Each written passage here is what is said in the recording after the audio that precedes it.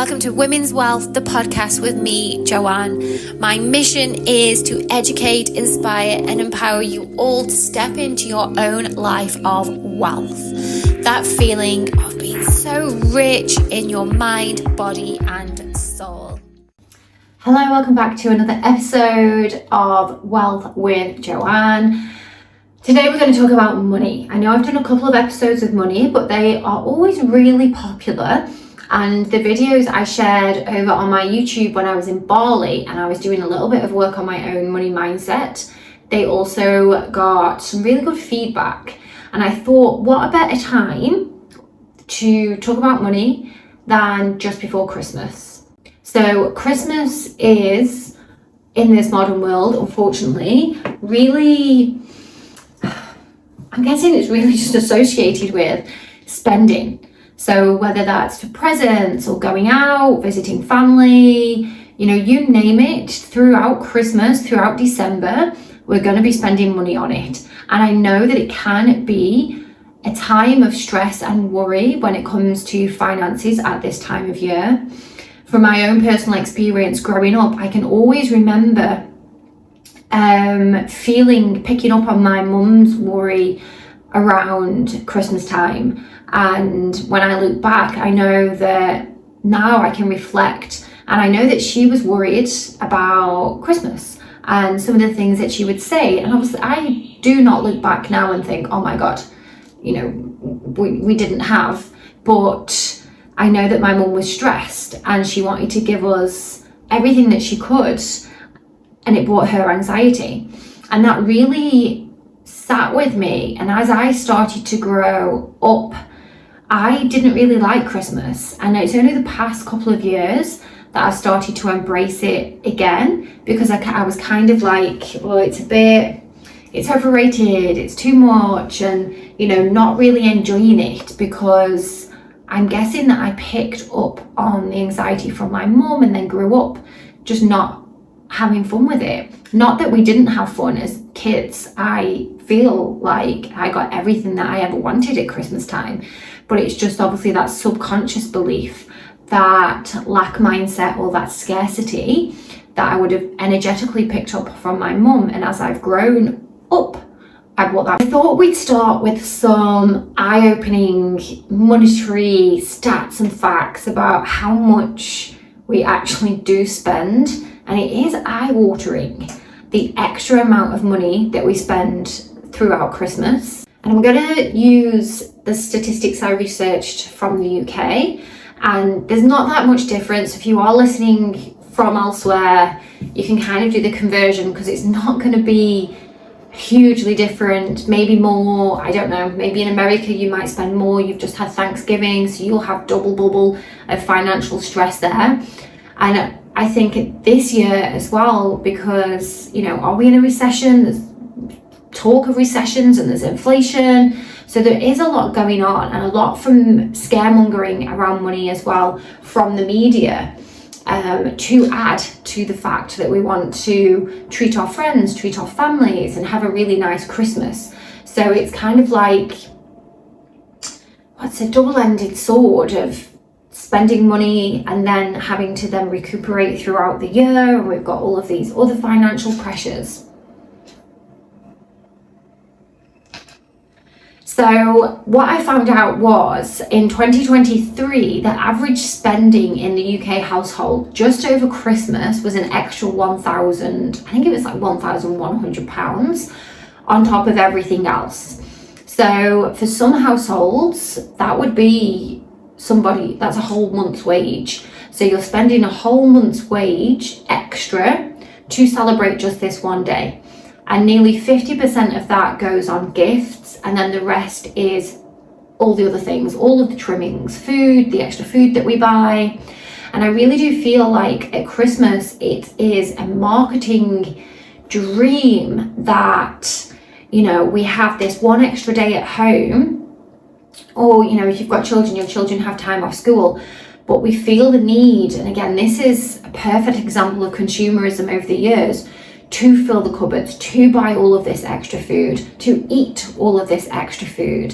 And yes, we are having a nice time and we're socializing and we're celebrating, but not from a religious point of view. But are we really lost in what that actually means? So instead of really enjoying spending time with our loved ones, has this then got lost in the amount of money that we're spending?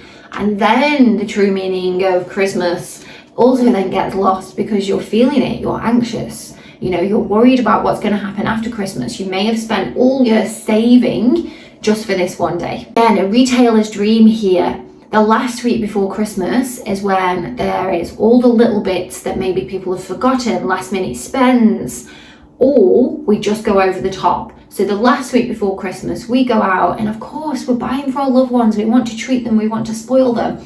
But again, retailer's dream here, they get that last little push. And then we have the sales. So if you're in the UK, we have the famous Boxing Day sales. Everyone's getting into town on Boxing Day to go and spend their Christmas money, so spending even more money there. What then happens is there's about, I think it was 30% of people fund Christmas on their credit cards. So then what we're actually getting for Christmas is debt going into the new year. And of course then we're starting the new year on the back foot financially and probably with our mental health. Now, I've had debt, I've been in debt, I've had threatening letters. I've spoken about this in other podcasts. Years ago, I had to do a debt relief order because I just couldn't afford to pay what I had, and it wasn't lots. Obviously, at the time, it felt like a lot. This was at a time when I lived with my friend, and then circumstances changed and I lived on my own, and I'd not long come out of uni, and I had a new car, I had credit cards, all of the things they throw at you as soon as you're old enough to get credit, I fell for. And I'll always remember my dad telling me, don't buy anything that you can't afford right now. And if it's something big that you're putting on a card, you must have enough money to at least pay half off. And at the time I was like, yeah, whatever.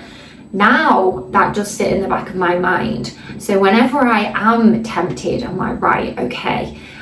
And yes, energetically that might be putting me into a little bit of scarcity, but then it's also learning from previous errors, I guess. So just not allowing myself to energetically put myself into that state of debt. And I also read that, so we've got 30% of people putting their Christmases on credit cards, 40% of people then also regret, and I know I've just mentioned this regret, 40% regret their over Christmas spending or their Christmas overspending at Christmas. So once Christmas is done, once New Year is done, again, we're coming into the new year already vibrationally low. We're already vibrating in, oh my God, we've got the vibration of regret, the vibration of lack, the vibration of scarcity, the vibration of debt, the vibration of guilt for that spending.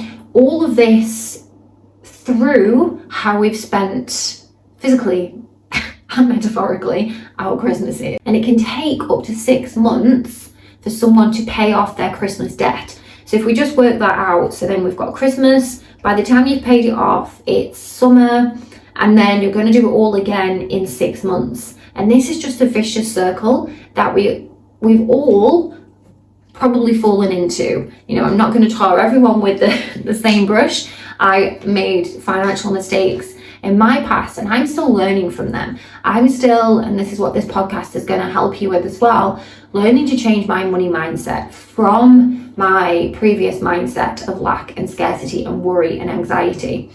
I look back and not so much a regret because I learned from it, but the amount of years that I think, oh my God, all of those years I've spent thinking about money and worrying about money and not understanding the way that money works, and it was feeding into my anxiety as well. So if that's you, if you can reflect and you're looking back on your life thinking, oh my God, I've spent a lot of years thinking about money, like every single day, thinking about what's coming in, what's going out, can I go here, can I spend this?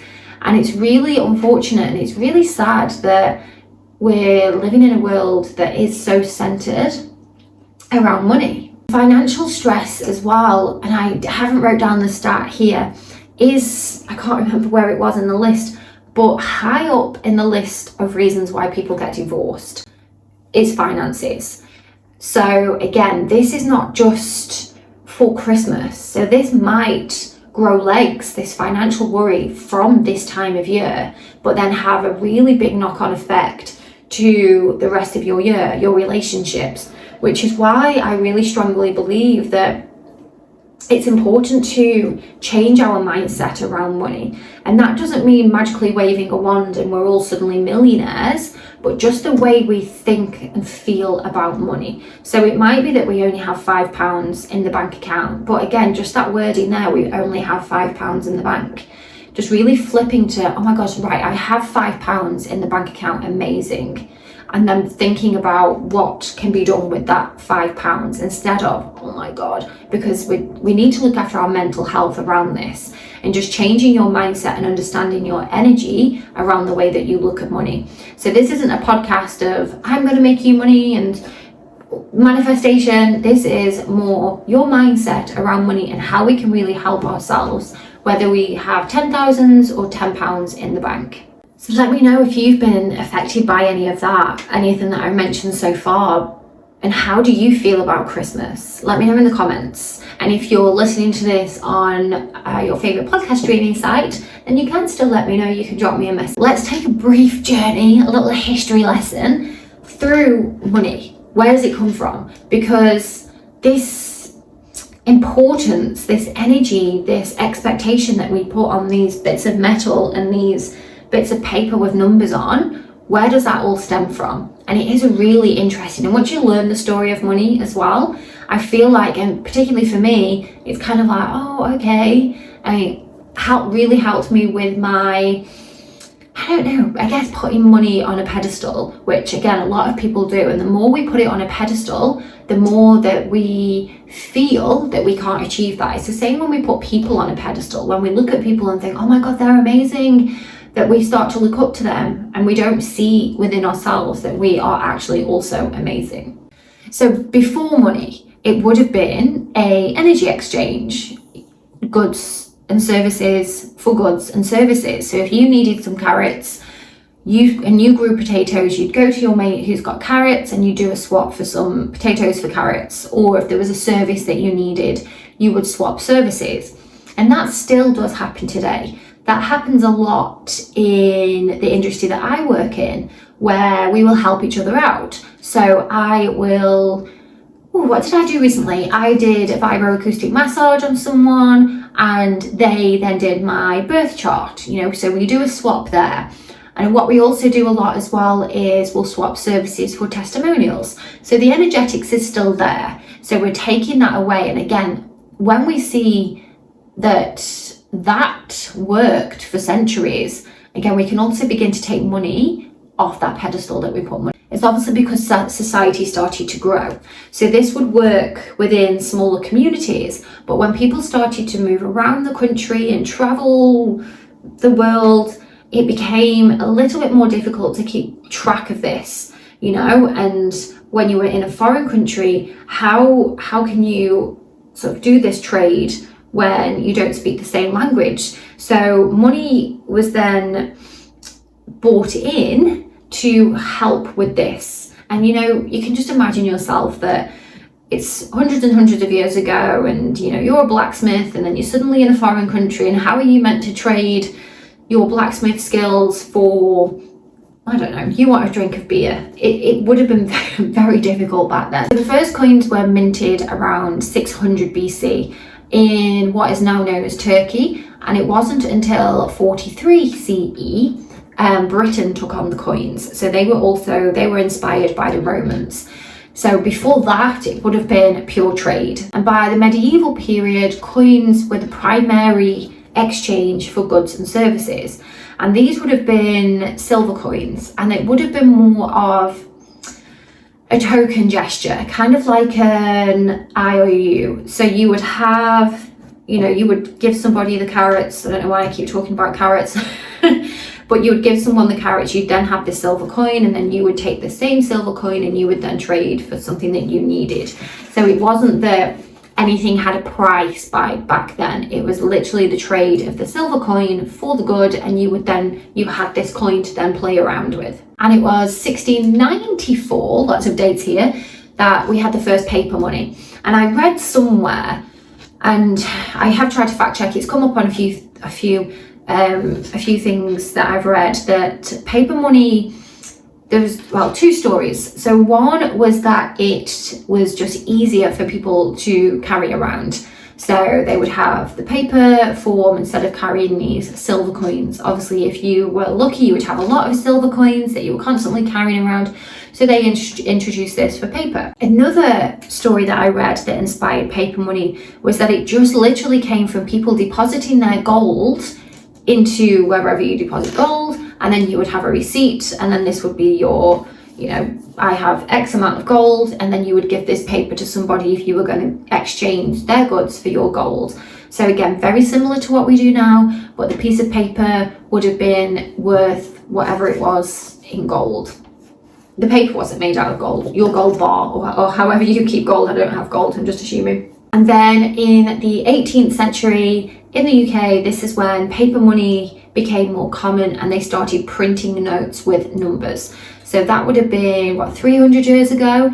So it's been, in the grand scale of the whole wide universe, the world, and how long we've been here, money is still very new, and the way that we use money. But societal norms now, we have this massive, huge influence on money, the way that we feel about money, the way that we spend money, and what actually money is. 1980s is when we first had credit cards, and then fast forward to now, we've got Apple Pay. I don't know when the last time I withdrew paper money. I haven't had paper money for a very long time. Only if I'm paid with paper money by somebody, then I'll have paper money. I don't have coins ever, unless they're just loose in the bottom of my handbag. I think 90% of payments are now cashless. So this could be the moving forward into a cashless system, which does scare me a little bit, because even the money in my bank, I don't know if you watched that movie on Netflix, or what was it? I can't remember. And everything got hacked. And I was thinking, all it takes is for one clever hacker to just press 0 on everyone's bank accounts and our money is gone, because we don't take screenshots. We've got no proof that that's what we had in there if someone wipes it all up. But that's another podcast. That's obviously the way my brain works. I love a conspiracy. I love thinking of those things, and not to scare you, but that could really happen.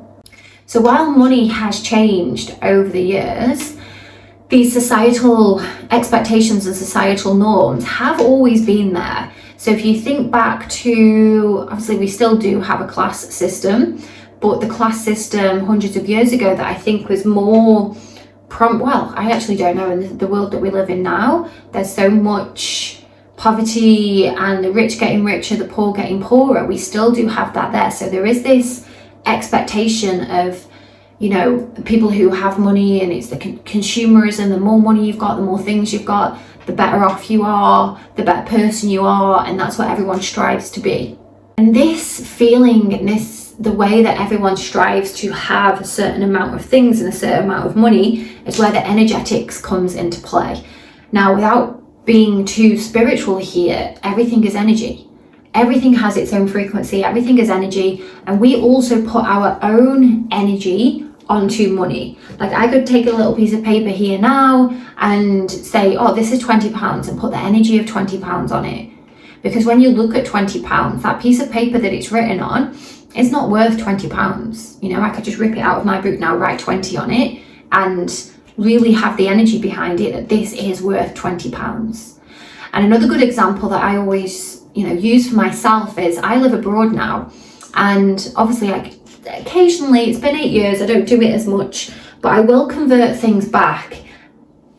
And because I get paid more here, 100 dirhams, which is roughly £20, doesn't seem like as much money as £20. So if someone says to me like, oh, it's 100 dirham, I'm like, oh, go ahead, great, yeah, fine, that's not too much. That same thing at home could be £20. I'm like, oh my God, £20. But again, that's the energy that I'm putting on it. Like I'm not paying £20 for that, but I'll pay 100 dirhams, which is exactly the same thing. And when we strip money back and put the value of money to the experience or the thing that we're buying, it really takes our energy back to how it used to be. So for example, I'll pay 100 dirhams, so £20 a month, to have my car washed, and that's how much I pay 3 times a week. And instead of being like, oh my god, this 100 dirhams, and I really value that energy exchange, because then I can see that I am helping. And this goes with it when we spend anything. So when you spend anything, you're supporting others. So rather than it being oh my god, I've got to hand this over and I don't want to, it's, oh my god, I'm so grateful you've done this for me, I'm exchanging this with you. And again, this is how we can look at it, even when we spend our bills, coming into a gratitude practice of, I'm so grateful that I'm able to give my energy for the energy that I've received. Now I know energy and bills is a sore point, especially in the UK during the winter, but hopefully that makes a little bit of sense. You're probably thinking, I am not grateful to spend money on bills. But again, this is where this mindset shift comes in. So when you do allow yourself, even if it sounds silly or feels silly, or you're like, I'm really not, but just allowing yourself to have that mindset shift of that possibility of, actually, yeah, I am grateful that I am able to do this. So thinking of money as a flow of energy, in that sense that when you spend it, you're supporting others, and when you get paid, then others are supporting you. And of course, and this is one thing, again, I'm constantly working on my money blocks, because the more that we have these money blocks and we struggle to have a positive relationship when it comes to money, the more then that will feed into our anxieties around money. So first of all, the belief that there's never enough money. There is enough money to go around. And this can also feel like, when you have anxiety around money, even when you do have enough and you've still got that anxiety, that you are still a little bit stressed about money, or you're worrying where the next bit of money is coming from, knowing that at the end of the month you are going to get paid. And again, this is something that I am still working on. So if I see my bank account getting to a certain level, trying to stop myself from thinking, oh my god, I've only got XYZ left, that, oh my god, I've got this left, and in 10 days time I'm going to get paid again, or this money's coming in 10 days time, so I'm going to spend this and this is coming back. So again, it doesn't mean that I'm flush, there's money coming out of my ears. It just means that I'm more relaxed, and I'm not then spending my life in a constant anxiety of what I'm spending and what's coming in. If you watched my little series from Bali, I spoke about, it's the same, that we have an infinite amount of breaths, and we don't spend all day thinking, oh my god, is this going to be my last breath? Oh my god, is this going to be my last breath? Oh my goodness, we don't spend all day like that. We're just relaxed into it, because we know we're going to take a breath, but we don't dwell on the fact that one day it's going to be our last breath. We don't spend all day thinking about that. And the same with money as well. If we can just relax around it, it's going to have a huge difference on your mental health, your anxiety, all of the above. And many of us also have the guilt or the shame around spending money. And again, this might come from not wanting to upset your parents when you were younger, or we may have been told when we were younger that, oh, you can't have that, I don't have any money. And then, you don't want to upset your parents. And then as we grow up, we then still feel guilty, still feel anxious around spending money on ourselves. And I know this is a really big thing if you're a mum. Mums tend to not treat themselves because of, do their kids need something? Do you need something for the home? And you will spend on them without the guilt, and you will have the guilt or shame if you do spend on yourself, maybe hiding it away from your husband and under the stairs until, he's gone out, and then unpacking.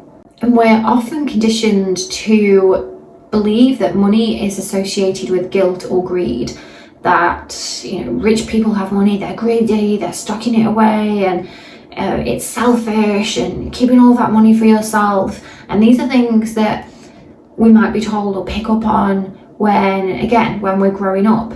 We only pick up on our money mindset, we're not born with bank accounts. So it is a learned behavior and learned beliefs. And then of course, then as we get older and we start to write our own money stories, we use what we already think we know, and then we add on to it as we grow older. And for me, when I started freelancing, I did have those worries. I stepped away from having a monthly income. I knew exactly what was coming in to not really knowing, and then having this is then where the witch wound comes in, and comparison and judgment, and I'm not doing what they're doing, and no one wants to work with me because there's too many people around, there's not enough work to go around, and it's a saturated market. All of those things. And then pricing my services to a point where they were really, really low, because all of the things that I've just said, worrying about if people want to spend them, and not feeling my worth there. And then once I shifted my perspective around, okay, so my services are my energy, are my gift, are my offerings to people that if they had them themselves, they wouldn't be looking to work for me. So it is an energy exchange. I am giving my energy to support somebody else. And in support of me giving my energy, they're going to pay me.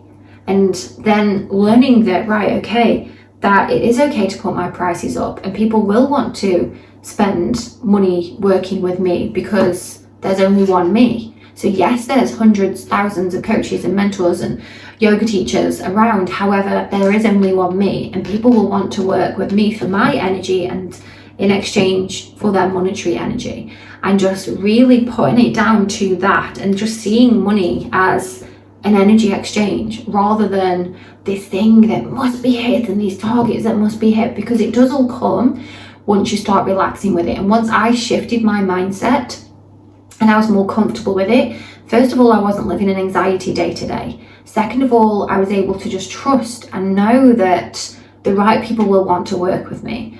And if you are not freelance and you know that you have your monthly money coming in, then you've got one less worry straight away there.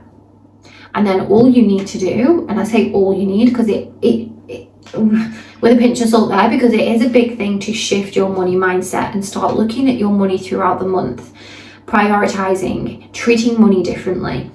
When I first started working on my money mindset, one really good exercise that I did was to think about money as my boyfriend, and how would I want to treat money, and how do I want money to treat me. So instead of like trying to hold on to it and control it and worry about it, because if you put that as a human, that's really unhealthy. But it's the same feelings. So the anxiety, the control, the not letting go, the constantly thinking about where's it going and what's it doing, to just being able to sit back and go, right, okay, this is an exchange of energy, and this is where I'm going to put my energy today. So just take a moment here, just pause if you want to, just to think about your earliest money memory. It might be one of a child that you've asked for something and you couldn't have it, or you were given £5 and it was like, whoa, because you had some paper money. And the understanding that you then started to have around money. We all had those, when we were children, can I have £1 to go to the shop? And if you got £2, you were the richest person in the world. What happened to that belief? And then just thinking about what money means to you. Is it a stress? Is it anxiety? If those words come up, then having a think about, right, how can you reframe this? And I'll go through some things with you in a minute. And do you see money as a source of freedom, or do you see money as a source of stress? Again, we want it to be the first. We want it to be that when you have money, it is freedom. It is giving you tools to do amazing things. Now, I've said this, and this might be a repetition if you listen to my previous money podcast, that if good people have money, then good things can happen. So instead of thinking the opposite, that again, we might be told money is evil, bad people have money, and it's only evil people that do evil things with money. It's not money itself. Money is just an energy, just this crystal here. If I do something evil, you could maybe say, oh, that crystal's got evil, that crystal is evil energy.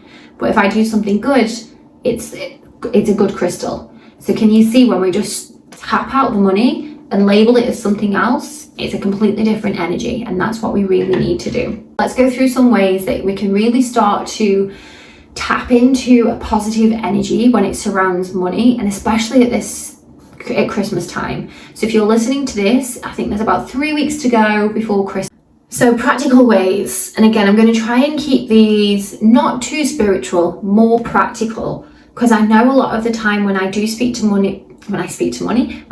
people about money, and I would say it's an energy, and I get it because I've been there and I still am there. I have days where I'm like, oh my God, this is coming up and this person hasn't paid me yet, or this client's on holiday, or this client's finishing. You know, it's something that I'm still going through, which is why I do talk about this a lot, because I would never want to be one of these mentors that are supporting people through stress and anxiety, that then they put me on a pedestal thinking, well, she's got all the money in the world. I'm still learning this myself. I'm still going through this. I'm currently budgeting, planning, and making sure that I don't get stressed and anxious about my wedding next year and the money that's coming for that. Just knowing and trusting that every time I do need money, it does come. And I'm guessing that is a little bit spiritual, a little bit woo-woo for some of you, but I'm sure if you think about, right, I had these things to pay out, and then suddenly the money comes. So an example for me, I was doing my little budget for Christmas actually last week, and we're putting the dogs into daycare while we do a little staycay. So I was, right, how much do I need for the staycay? And this is how much I need for the dogs. Literally 24 hours later, I got 2 clients just for one-offs that's going to pay for the dogs and the daycare. I also then I did my yoga session in the garden that paid for Georgie's vaccinations. So I budgeted for them, but then money came from elsewhere to cover those. And again, it's just having that trust that that can happen, and thinking back to other examples in your life when that has happened. So first of all, budget wisely. How much have you got coming in?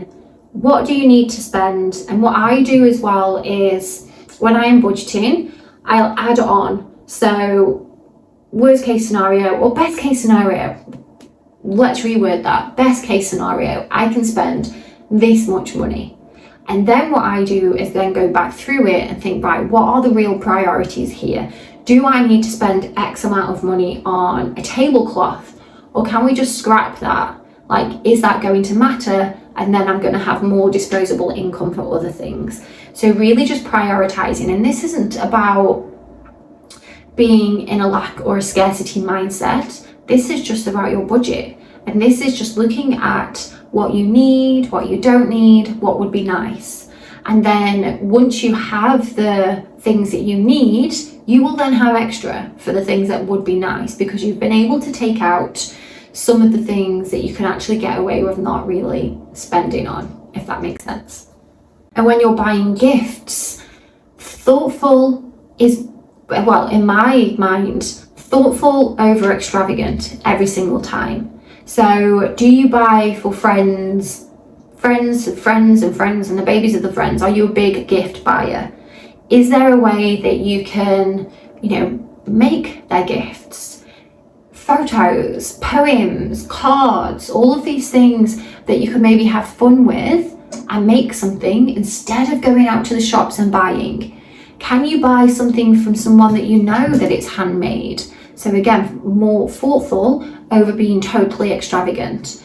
This Christmas, because we're saving for the wedding, we're just going to give ourselves a small little budget and go and buy little thoughtful presents, things that we need. We're going to make a little list and just pick as much as we can off the list within a certain budget, because we live together and we're getting married, so we both understand that, and we basically have everything that we need already. So just little trinkets, just little things, so we've got something to open on the day to make those memories, and helpful little gifts. So could you maybe do that with your partner instead of going crazy?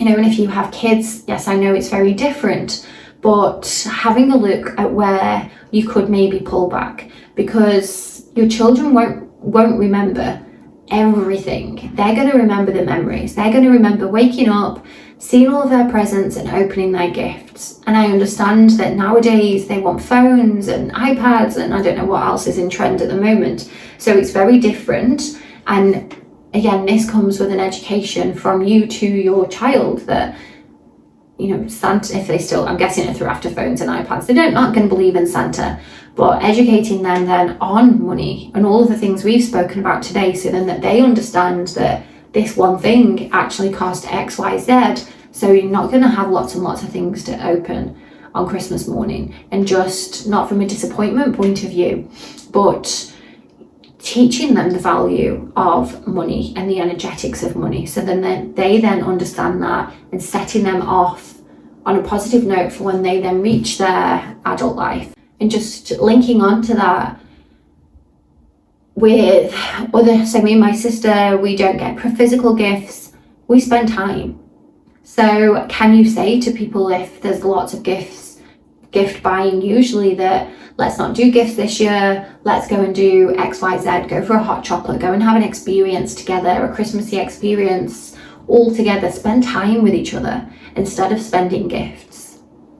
And then spending time on gratitude. So the more grateful you are for the things that you have, and the less emphasis we put on material things, so looking around the world and looking around your world, and what can you be grateful for right now, right here, that doesn't cost anything? Is the sun shining today? Or is it nice and crisp and cool and you can go outside and kick the leaves and it's not raining and it looks beautiful out there in the mornings when it's winter and everything's just tipped with ice and frost if you're in the UK. Like here for me today, the weather is gorgeous. As soon as I finish this, I'm going to go sit in the garden and just take a look around for everything that I'm grateful for there. So the more that we're grateful for what we have that's non-materialistic, the less we actually want that materialism. And again, speaking from my own experience, I remember when I first moved to Dubai and I was obsessed with Chanel handbags and getting all of these designer things and saving up for designers, sunglasses and reading glasses and handbags. And now I look at them and I'm not fazed by them. Yes, I still like to have nice things, but the clothes that I'm wearing now, I got made for myself instead of going to the shops to buy them. So, and it means more to me because, there might not be many people with this on in the world, and it cost me a fraction of the price. So that materialism of buying designer things to the fun of going and picking the material and getting my clothes made. And it is actually really, really fun to do. And when it comes to gifts as well, I know I've kind of just mentioned being creative, but really embracing simplicity. Can you bake cakes? Can you make cookies? Can you make little cards? Can you, for some people, offering your services. So for Christmas, can you offer to go and run errands for someone for a day? Or, I don't know, are you a dab hand at makeup or nails and, giving someone their Christmas look, doing their nails, their hair, their waxing, whatever, go and dye in someone's hair. You also then get to spend time with that person as well. And when it comes to money, practicing affirmations and I've jotted some down here actually. So affirmations, you can write them on your mirror, so you look at them in the morning. So if you are worried about money or you feel that anxiety of money, just coming back to these affirmations. And then these are the ones that I use. Money flows to me with ease and abundance. I am financially free and aligned with my highest good. I always have enough money for what I need and what I value. And that last one particularly, in the sense of I always have enough money for what I need, because a lot of the times the things that we don't need are the things that we want. So again, reflecting on, do I really need this, or am I just being pulled into that consumerism? Can I wait? Maybe I'll see if something else comes along. And I always use a 48-hour rule. If I see something and I want it, I'm not quite sure, or my money anxiety kicks in, I'll give myself 48 hours. And then if I'm still thinking about it, then maybe I'll go and get it. And then if it's out of stock, it's not meant to be. I shared on my vlog actually the other day, I've been putting these Ugg boots in and out of my basket for nearly a year. I finally found a pair that I really liked and bought them. It's taken me a year, and that's a year of reflection of, do I need them? Do I want them? Do I want them? Do I need them? But just giving yourself that time, because the ones that I have are really, really much nicer than the ones I was going to buy last year.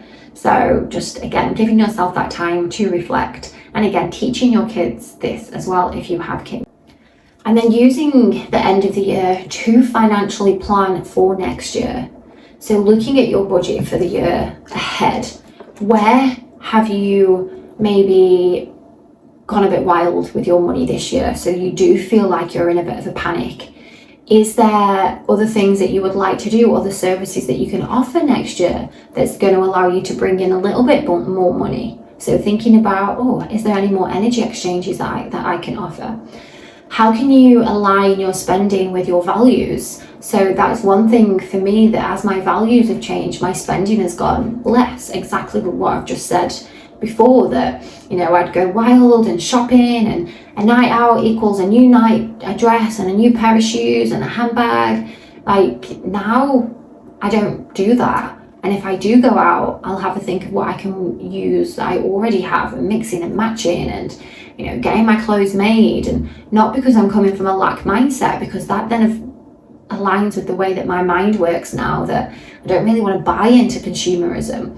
There is so much overbuying in the world, in the landfills, and I just think of the poor planet. And I watched a reel and someone was walking around and it was showing our over-consumerism. I think that's right. So she had like 20 hats on her head and 50 handbags, and she walked out of the house, and I was like, oh my God, and I still have about 10 pairs of trainers, all Adidas trainers. I call them a collection, but I'm sure but now I'm like, right, I don't need another pair. And I will question now. I'm like, right, no, that's not within my values now. I don't need to go crazy and buy all of the things. Use what I've got until I don't need to use it anymore.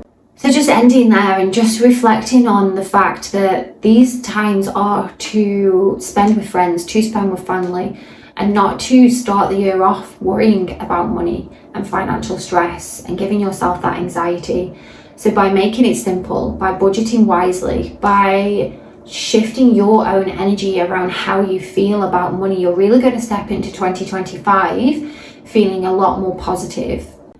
And it might be that 2025, just like I have for this year, it's taken me, and I'm, like I said, still working on it, that you set one of your intentions to 2025 to have a better relationship with money.